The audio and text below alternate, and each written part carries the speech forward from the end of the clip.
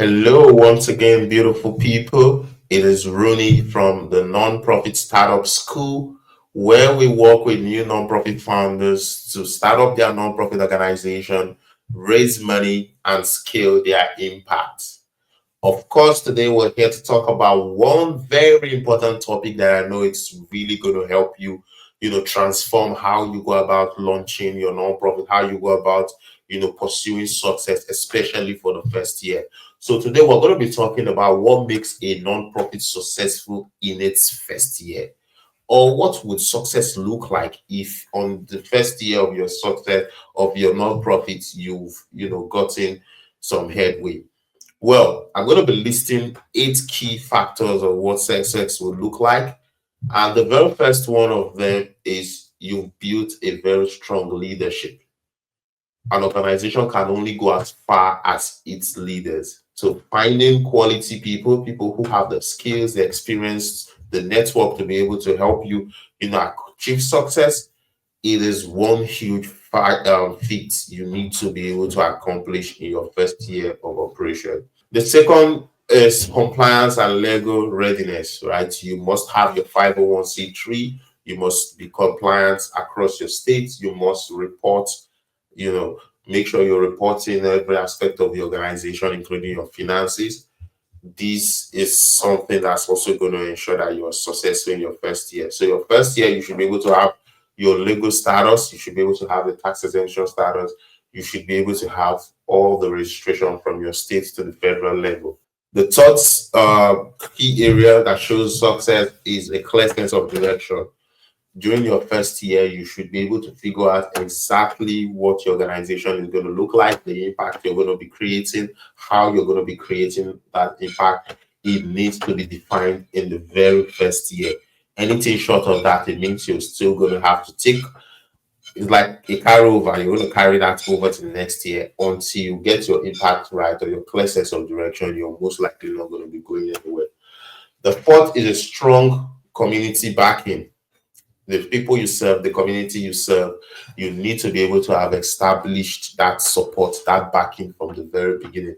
I'm not talking about raising money now. I'm not talking about getting funding now. But what I'm saying is that very backing you need from your community, you need to have established it during the first year. And this could really be achieved, using survey, community engagement, focus group participation, talking to stakeholders.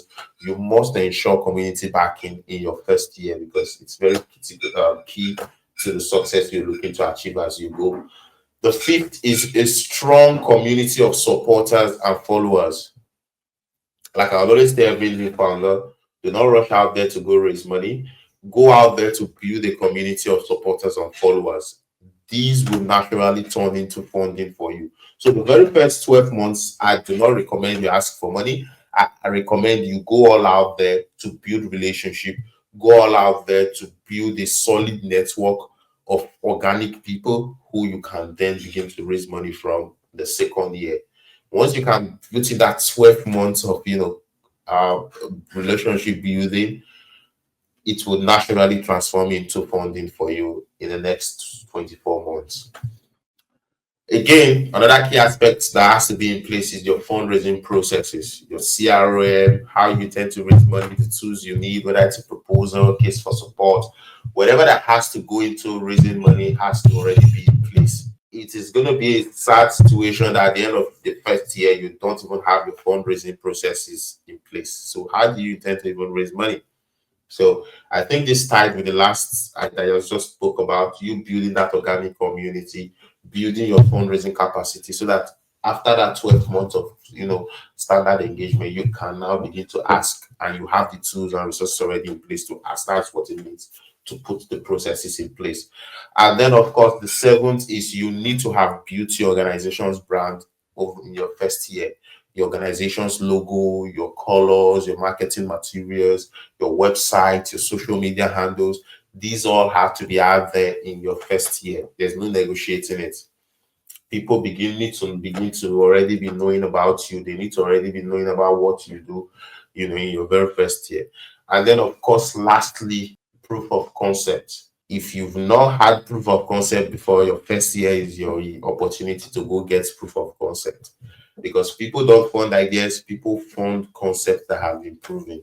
They know the solution would work, and that's why they put their resources behind it. So you need to have that proof of concept ready during your first year. If you've noticed, I didn't talk about raising money during your first year because the truth is, founders really make mistake rushing into the impact space, just trying to go create impact. Like trying to go raise money, like trying to rush into the space, go raise money. I think that is it's a good way to go. So go raise money. Yeah, you're taking the initial steps, but you're not asking.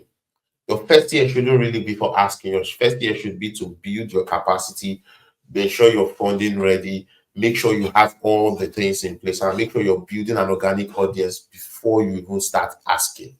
So I don't really recommend you just rushing in your first year. Your first year should be where you initiate relationship, really nurture this relationship that's going to get you the funding you need. So these are the things that are going to ensure that you are successful in your first year. Look them up, begin to work on them, and make sure you're creating results in your first year of engagement. All right, so it's going to be bye for today. Of course, I'm going to be back here on Monday to talk more on these things that are going to help you get your organization up and running. Connect with me on nonprofit-school slash p slash runiakbesiri.com. Let's talk, let's connect, and let's keep building organizations.